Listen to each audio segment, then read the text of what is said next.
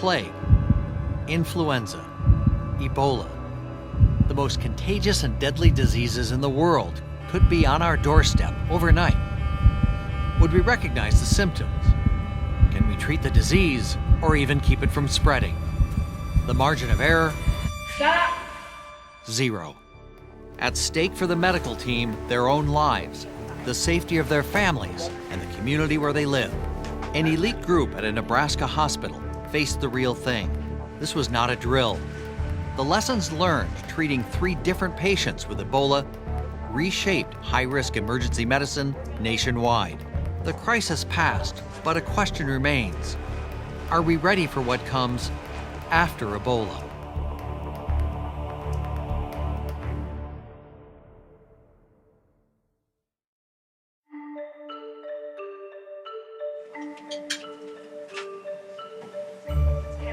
Nature is experimenting 24 hours a day, 7 days a week, 365 days a year. So it's a little bit of a Frankenstein-type picture that nature runs continuously.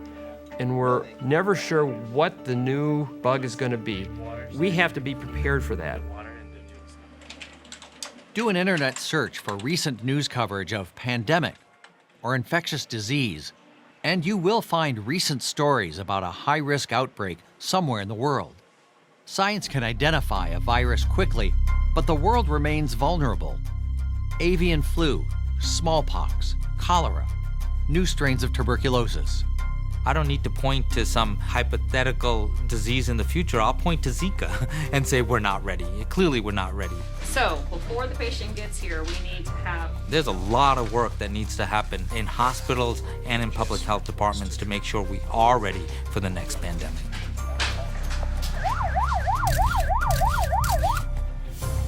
Then came Ebola. A unique set of circumstances gave the University of Nebraska Medical Center the extraordinary opportunity to encounter face-to-face patients infected with one of the world's most frightening and highly infectious diseases. This became, in a sense, a dress rehearsal for the worst-case scenario. What do you think we'll get? What would be the first one we'll get if we get one, or which one would you rather get? And somebody piped up and said, I really hope we don't get Ebola, because that's the worst of the worst. When you're docking, the only things that you take off yourself are your gloves and your respiratory protection. A special unit on the campus of the University of Nebraska Medical Center spent 10 years preparing for patients with dangerous, highly contagious diseases. This is the deadliest outbreak of Ebola on record. Ebola infections will double every 3 weeks. In a city of 1 million, almost 50 new cases are reported every day. In 2014, the Ebola virus swept through West Africa. More than 11,000 people died in Guinea, Sierra Leone, Liberia, and Nigeria. Crisis meeting to discuss the Ebola outbreak. This Ebola thing is not under control. We are not being told the truth. Most of those who get it will die through uncontrollable... Without a doubt, people are afraid. If you look at Ebola, there's no treatment, there's no vaccine for the most part. That's a scary situation. By late summer, the United States government felt Americans infected with the hemorrhagic fever should be brought to this country for medical care. Emory University in Atlanta received the first Ebola patients ever treated in the U.S. At the time, only 3 hospitals in America had facilities able to safely contain and treat the disease. Emory, the National Institute of Health in Washington, D.C., and the Nebraska Biocontainment Unit. Hey, good afternoon, everybody. We are following breaking news of national import in Omaha at this hour. We are live at the Nebraska Medical Center. Doctors are holding a news conference to discuss an American doctor with the Ebola virus coming to the Nebraska Medical Center. Well, I'll never forget, I was walking down the hallway with Angela Hewlett, the associate medical director, and my phone goes off. It said State Department. I thought, here we go.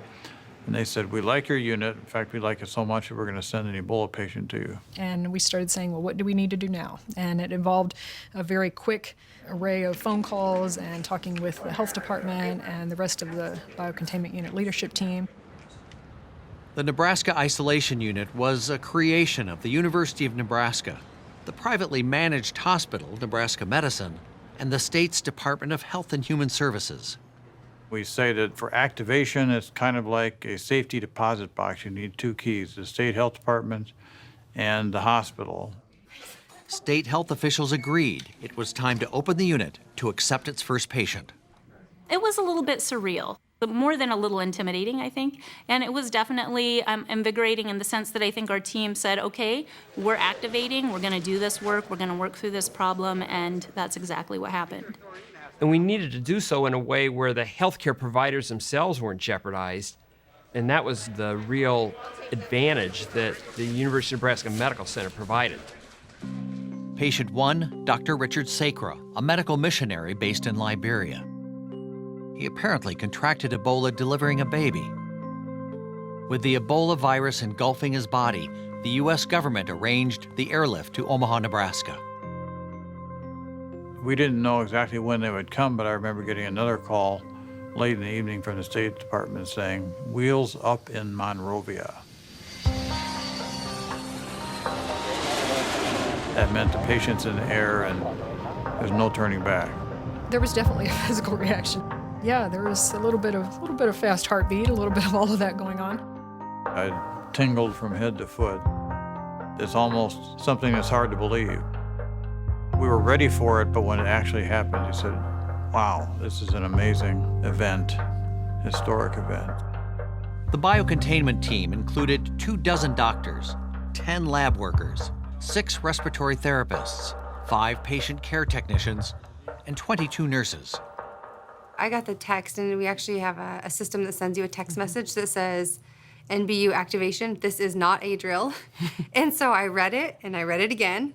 I was almost relieved the first time I was going in because, you know, you think about it, you practice it, you know what, and so I'm almost like, okay, thank God, we're just gonna do this now, you know? We just were like, let's go. So we brought our team in again and said, he's coming, probably be here in 48 hours. I wanted today to have maybe 20 minutes or so and answer any questions. I wanted to make sure we had every detail taken care of and they felt confident and safe. I remember saying that we'd trained for 10 years for this moment. And these were our fellow Americans. And if we aren't going to seize this, then really everything we've done has been for naught. When the plane actually touched down, I was in the biocontainment unit already with my team. We were all in the unit, and we were watching it on television. At that time, the nurses were ready. We knew which people were going to be in the first shift. The physicians were all there. And then we knew we had about 30 minutes to get things ready. And breaking news now at 6:19 on First News. An American doctor with Ebola is in Omaha. This is a live look from the Nebraska Medical Center where Dr. Rick Sacra will be treated. He landed at Bellevue's Offutt Air Force Base in the past half hour. Plans for getting the patient across town and safely inside the hospital fell to John Lowe, the unit's infection control specialist. It was an incredibly unique experience. So it happened very early in the morning. It was still dark out, and it had been raining all night. There were no cameras on the ground to record the transfer from jet to ambulance. The plane arrived shortly after we did at Offutt Air Force Base. It parked out on the tarmac, and we had a military security vehicle escort the Omaha Fire Ambulance. My role and responsibility is that if anything is done differently than how it was anticipated, we're going to stop it. So I was watching incredibly intently all of the different movements of our personnel and the patient to make sure everything was going as planned and looking for anything that I felt like we would need to stop and address before we went further. I was standing at the bottom of the stairs looking up, and the patient, came to the door of the aircraft. And I just remember thinking, why am I here?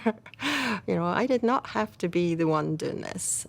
As the patient came down the stairs and we got him onto the gurney, that's what he became. He became my patient. I'm a nurse, I'm going to take care of him, and that's what it was. The city of Omaha emergency medical technicians knew the danger. The slightest contact with body fluids could be a fatal proposition. For months, they drilled anticipating the transport of high-risk patients from one hospital to another. Dr. Sacra's arrival from West Africa provided an unexpected twist: delivery by jet. In a matter of days, the fire department drew up plans to get the patient safely off the plane.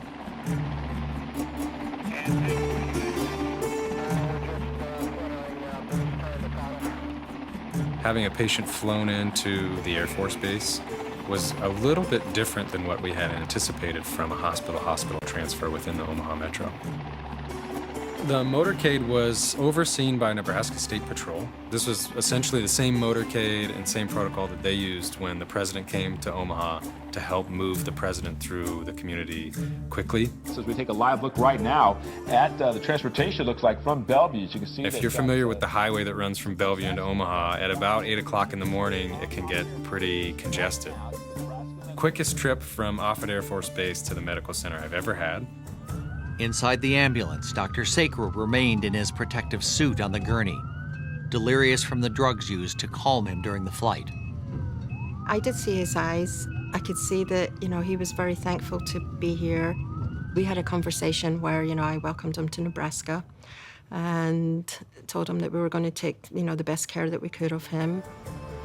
We can see a line of vehicles coming down the street now, escorted. There were a number of us sort of on a conference call that morning, watching it unwind on TV, and I think we were basically saying to ourselves, please let this go how it was planned to go.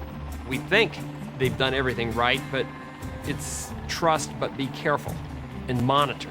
And that was our role in public health, to make sure that those healthcare workers who go back home every night aren't at risk to the broader community. We didn't see a great deal of press from our motorcade until we got down here to 42nd and Emile, where there was a whole line of cameras and press recording that transport. So that's when it really started to sink in that all eyes were on this process.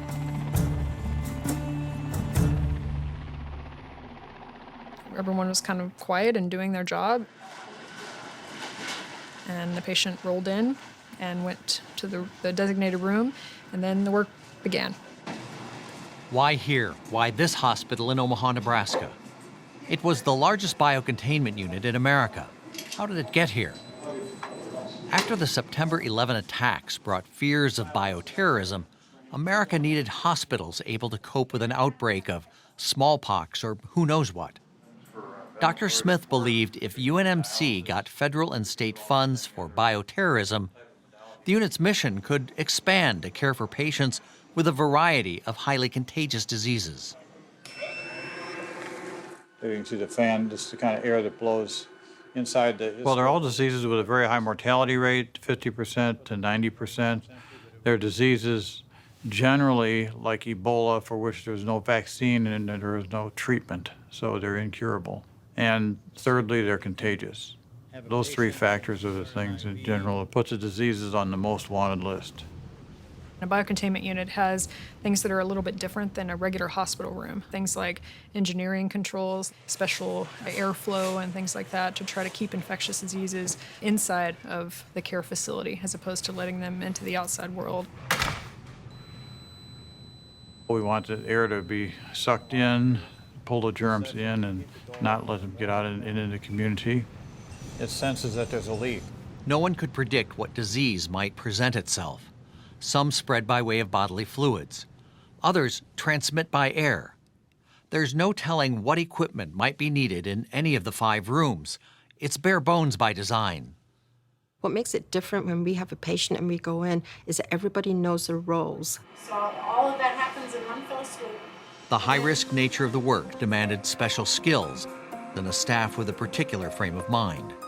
Biocontainment units also have specialized staff, so they have trained teams of nurses and physicians who do a lot of drills and training in order to take care of patients with highly infectious diseases. We're all volunteer staff, which is different than regular hospital, although you obviously volunteer for your job if you're applying for a job. But in our situation, just because you work here at UNMC doesn't necessarily mean that you will be part of our biocontainment unit team. You have to actually want to be part of the team. By the end of that 9 years, we had the hardcore biocontainment geeks, if you want to say it that way. And that's what helped us be ready. The rooms, the staff, the planning, that was all in place. Year after year, the only thing lacking were the patients. Because I know there were times when the hospital was full, we had to divert people to other hospitals. They were saying, why are we just letting this 10-bed unit sit there? Dr. Smith put his foot down about 100 times, saying, we need to keep this unit. We are going to need it. Trust me. To their credit, they had the long vision, and they could see the global trends and the fact that this is something that could be very useful if there were an outbreak down the line. Down the line was now. The federal government requested the Nebraska Medical Center activate the unit. I remember watching our first patient wheel into the unit, and I thought, I am now engaging in the treatment of someone who has a disease that is almost sure to kill him. Dr. Daniel Johnson spent most of his time in the UNMC intensive care unit. He didn't have the years of training in biocontainment procedures. In fact, he'd been recruited only days earlier when it was clear his skill set would benefit the treatment of Rick Sacra. I was getting put into a suit that I had only ever seen either on the news or in movies. In the moments leading up to going into the room, I did have a little wave of fear and anxiety. I helped him get his gear on. We had a little talk right before he walked into the biocontainment unit. I just said, go in there and do what you do every day, and just be extra careful. For this patient, inserting a standard IV was impossible. Sacra arrived so dehydrated, the medical team feared his veins would collapse. This is actually a large catheter that goes into the neck, into one of the veins in the neck. And the reason we have to do that is because we wanted to be able to deliver those medications quickly and effectively. This would be Dr. Sacra's lifeline. For Dr. Johnson, a routine procedure became perilous. Damaging the jugular vein had deadly consequences for everyone. It was the walk down the hallway that was actually more nerve-wracking than anything else. The fight or flight response is off the charts. As soon as I walked in the room and saw a human being there who needed my help, I was fine. When someone was drawing blood, we were all looking on our video system. Everybody would just stop and to keep their fingers crossed. Holding my breath, wringing my hands and my gloves, doing everything like that. But I'll tell you, it went off very well. One of the nurses and I both had inches of sweat it was up above our ankle within our suit when we walked out of the room after the first procedure. There's actually a photograph of me right after I've taken my suit off, and I am drenched, and I've just got 2 thumbs up with a huge smile on my face. It was a nice moment. Dr. Smith and Shelley told us that everything was going to be good. We had prepared for this. We knew what we were doing. Mm-hmm. And they said this kind of calm that it kind of was like, well, okay, they say it's all going to be okay. It'll be good. We know what we're doing. We're smart. We've practiced. Let's go. We bought into it. Right. We bought into it. Staying safe begins with the layout of the unit itself. With 5 specialized rooms, up to 10 patients can be treated at once. Caring for this single case of Ebola meant rooms were available to keep medical supplies close at hand and provide space for biohazard waste waiting to be sterilized. An on-site lab was added later. The unit's kind of like an L shape. You've got your nurses station, and then it goes up a long corridor. We have a line, and that line marked the difference between clean and warm. The hot zones, of course, were the patient rooms. When we say the hot zone is the patient room, that's where the highest burden of viral load is most likely to be present. The warm zone is where you're going to take off your equipment, and then the cold zone is where you would say there's the least likely chance that you're going to be exposed to the virus. There are behaviors that are restricted to every zone, and that's to help decrease the risk of cross-contamination. The safe operation of the biocontainment unit relies on a set of protocols. Standard operating procedures guiding every doctor, nurse, and technician. Tuck inner cape into suit. Nurses rotate on 4-hour shifts, always with a backup. When our people went into the room, and we always wanted a second person in personal protective equipment, that if the caregivers in the room needed something, that person could quickly step in and be ready to go.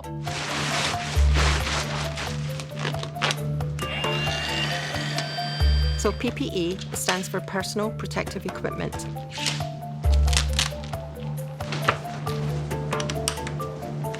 And that's everything from gloves, masks, respirators, gowns, hoods, visors, all of those things. And what that's going to do is put a barrier between you and the infection. When we opened and we were looking at what policies were there for one thing, putting it on and taking off PPE, there wasn't any.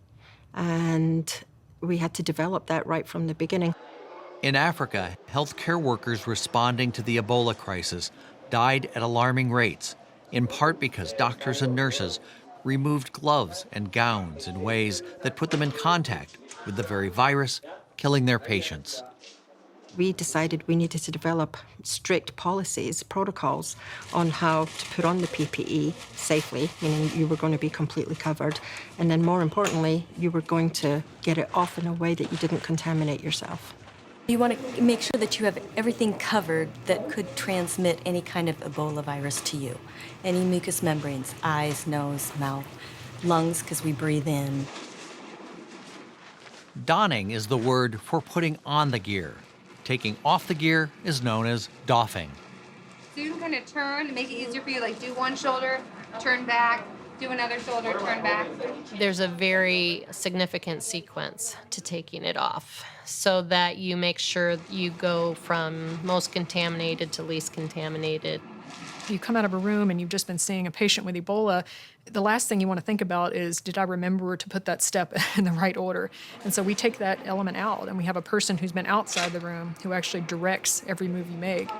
That's the most vulnerable point in the entire care continuum.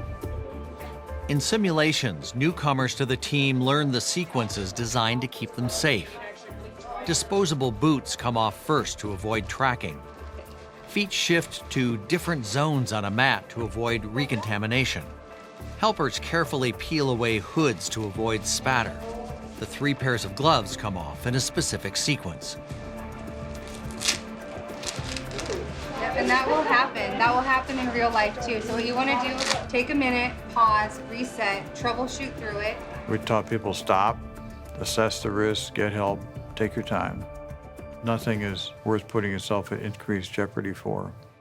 Comfort with the safety rituals allowed the medical team to focus on Dr. Sacre's recovery. Well, he was ill, and we knew he was very ill from the fact that he was somewhat delirious, although his vital signs were stable. And after the physical exam, it was obvious he was not at death's door, but he was quite sick. And then we drew laboratory work, and his laboratory work was way out of whack. Out of whack, in this case, meant Dr. Sacre's inadequate electrolyte levels caused the convulsions, nausea, and diarrhea racking his body. Dr. Smith explained to reporters, even if a cure was elusive, routine medicine could cope with the symptoms. There is a feeling amongst the clinicians that treat these patients that if you can get fluids in them early and balance their electrolytes, you can prevent some of the complications. But even that's just a supposition, but it makes a lot of sense.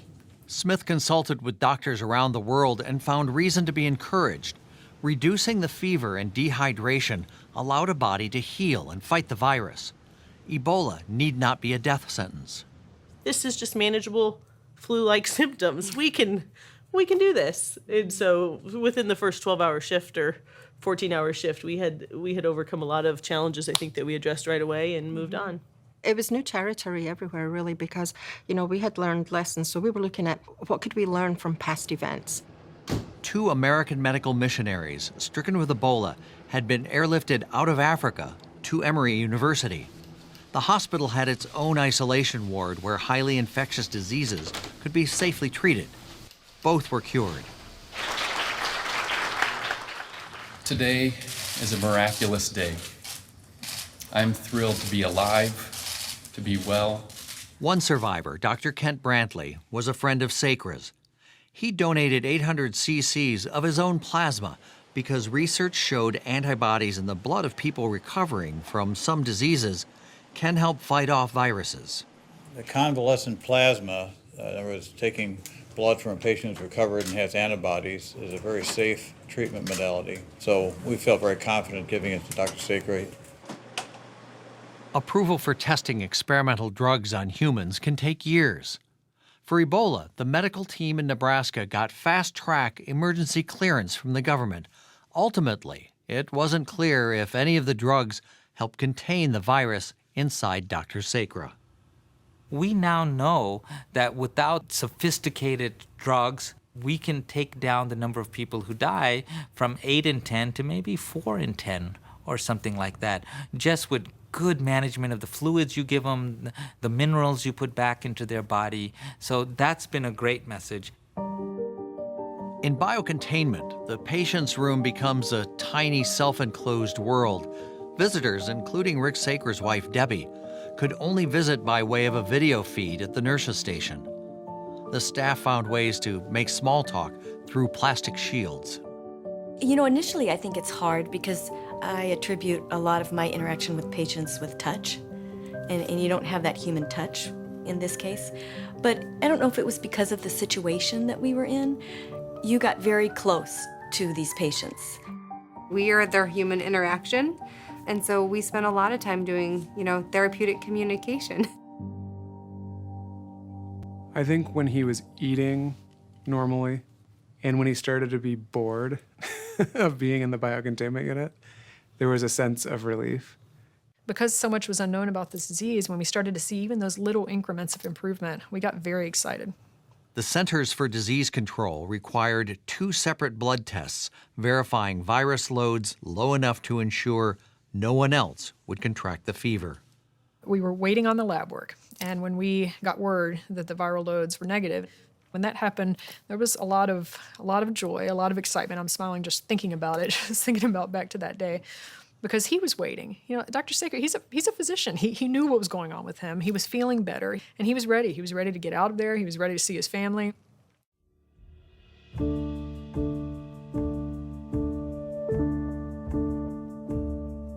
25 days after tests confirmed he had the disease, Rick and Debbie Sacre were reunited.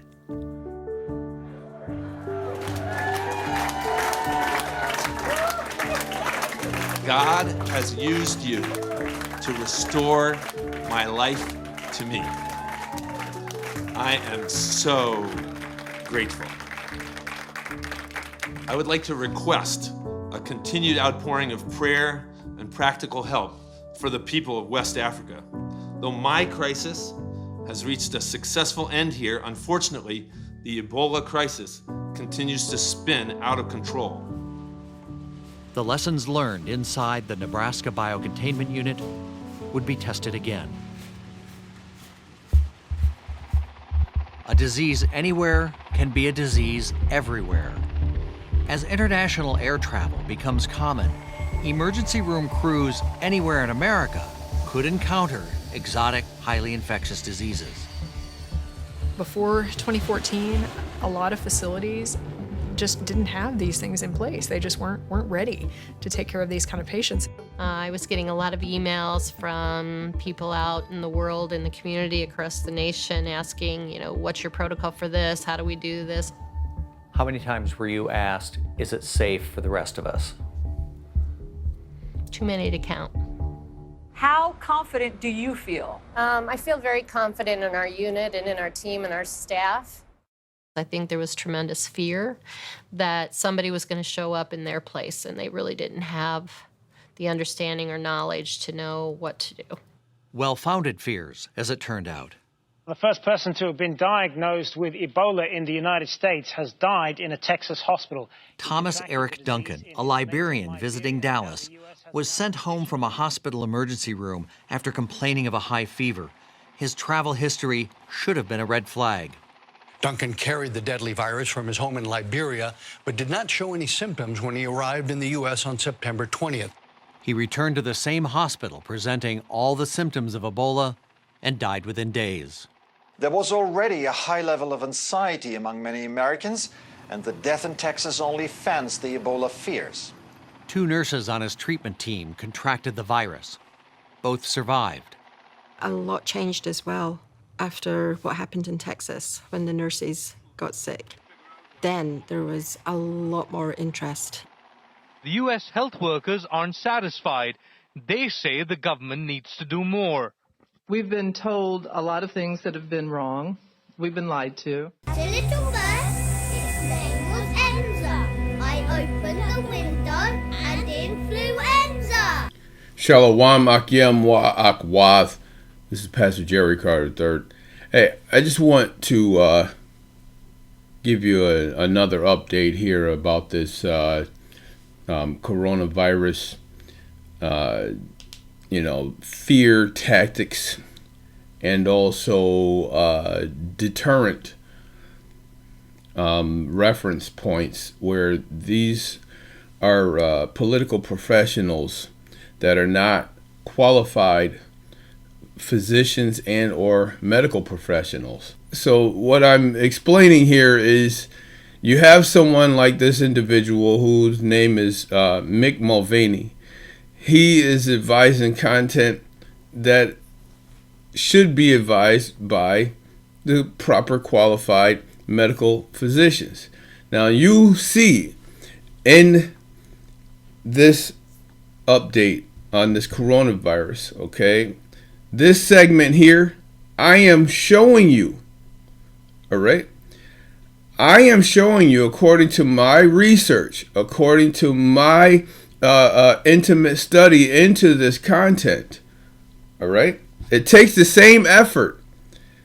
Get the understanding here. It takes the same effort for me to study geological or geometric construction, architectural construction and renovations and design planning, studying blueprints, going through all of that content, studying the vernacular, the language of that design construction.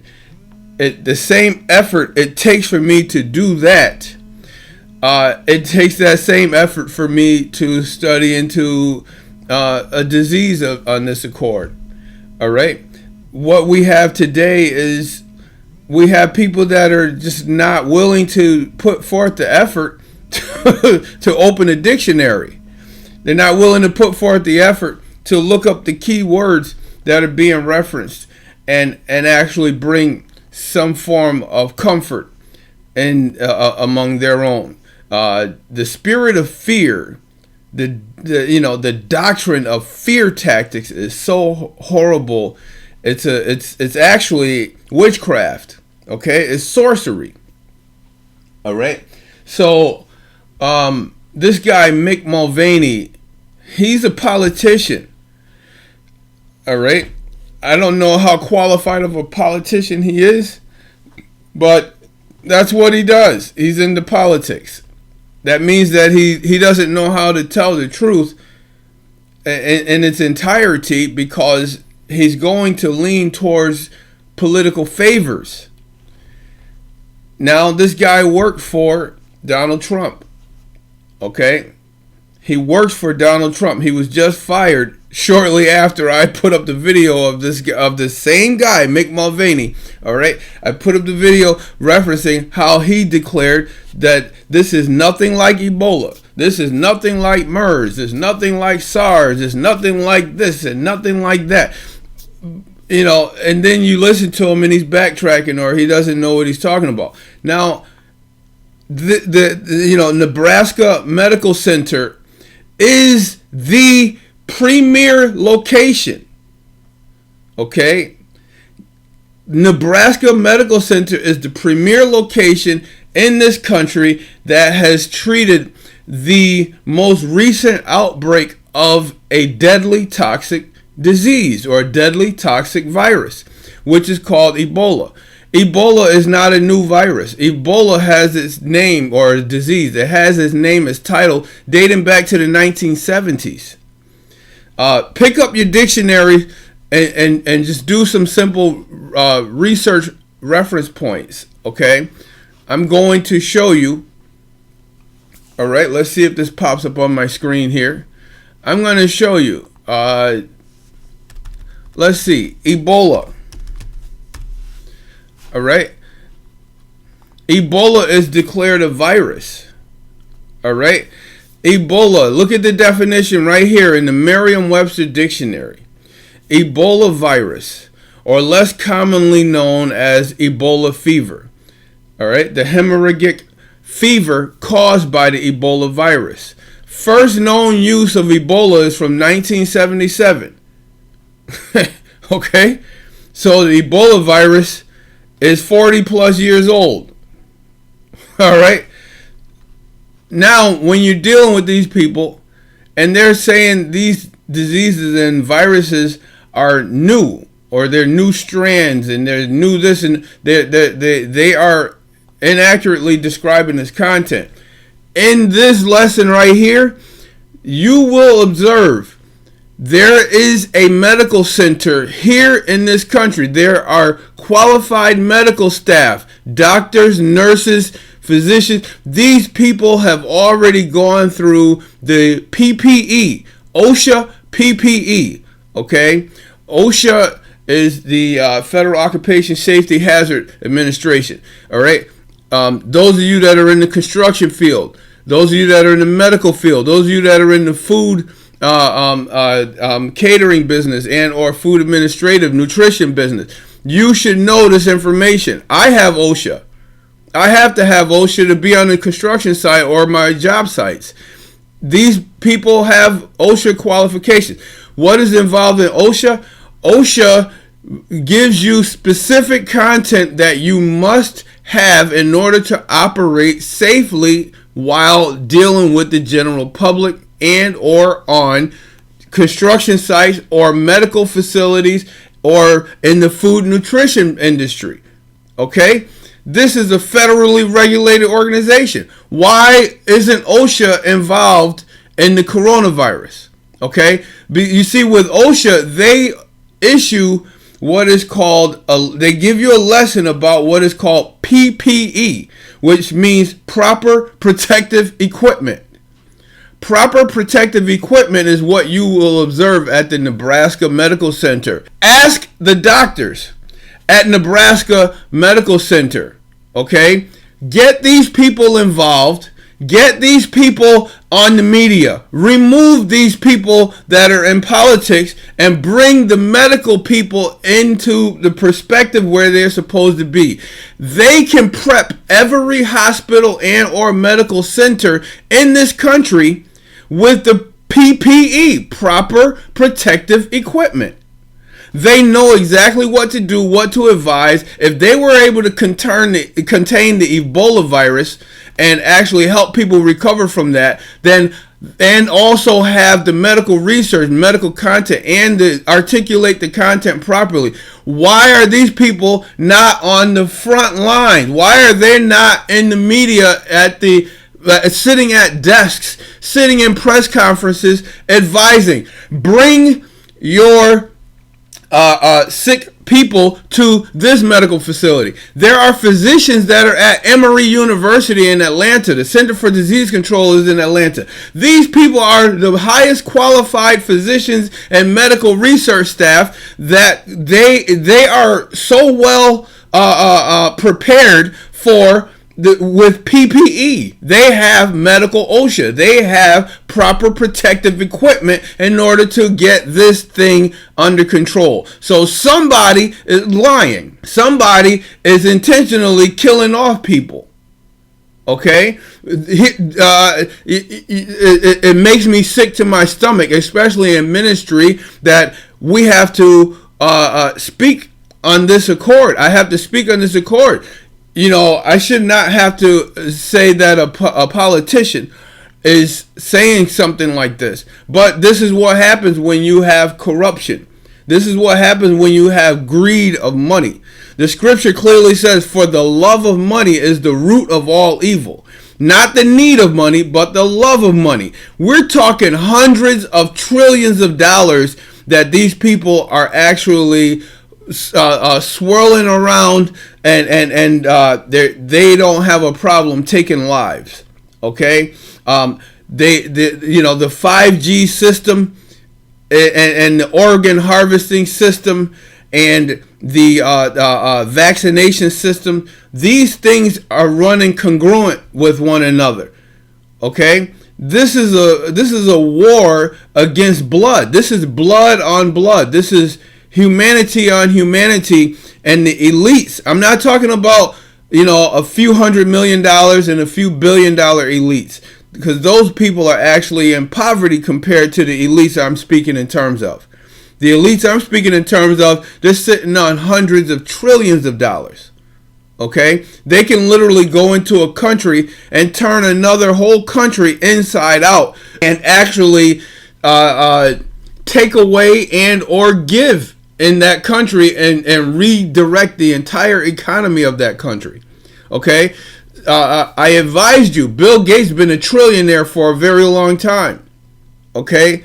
He's been sitting on billions for well over 30 years. He's made trillions of dollars. He knows how to go into a country like Nigeria and take a whole section, a whole region of that country and inject or poison or cause a local tribal war or civil war and inject these people with these poisons and diseases just to test to see how effective the disease or see how effective the vaccination would be. Okay? Vaccination preparation, vaccination incubation, these things are very, very lucrative. It's called sorcery. Sorcery was when you mix potions. Okay, and you cast these potions upon people and trick them into injecting them in their bodies. Okay, sorcery is what this is. It's called pharmakia. Vaccinations are worth more than real estate. Okay, vaccinations are worth more than real estate. Healthcare, vaccinations are worth more than real estate. What do I mean?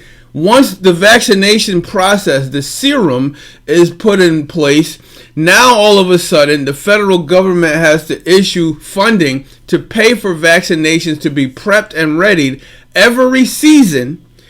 And whoever is manufacturing those vaccinations, whoever writes up the scientific molecular structure of the vaccinations and put a patent on it, they are paid and compensated forever. In perpetuity. Okay? And when you're compensated in perpetuity, you'll never ever be broke. You're looking at $100 trillion within a couple of years or within a few months, because every country globally is required. If you make trade with America, and America has, or the U.S. has the scientific description for manufacturing a vaccination, and you got 5,000 people dropping dead in your country every day, and you can't contain the virus, or you can't contain that illness or disease, now you fall under the trade rules of the USA. When you go under the trade rules of the USA, now all of a sudden you're bound to participate in affairs that you're not necessarily committed to. So now the U.S. government controls your country. The only way you get from under that is you actually have to manufacture your own vaccinations. If you don't have the technology, you don't have the science, you don't have the answer to stop the virus, now you are eternally paying or giving some form of trade into the U.S. economy, or the U.S. is taking some form of resources from that country to compensate for the production of that virus. Now, when the U.S. sells that virus, or they not sell the virus, but sell the vaccination to that country, okay, like Iran, all right? Now, Iran, let's use Iran for an example. Iran is on lockdown. They can't do anything. People died and everything over there, right? Including their high government officials are dying from this virus. Well, the U.S. says, hey, we have the antidote, or we have the vaccination. Now we will sell you the vaccination, okay, for 500,000 barrels of oil per day. Now you have to give us the best of your oil refineries, the best of your oil production, 500 million or 500,000, whatever that number is, 500,000 barrels per day. All right, of oil, and we want that 500,000 barrels of oil guaranteed for a certain amount of vaccinations. And this vaccine will be issued to your government economy, and you will be able to prevent your people from dying. And then someone like Donald Trump, he said he secured the oil in Iran, or secured the oil in Afghanistan, secured the oil in Iraq.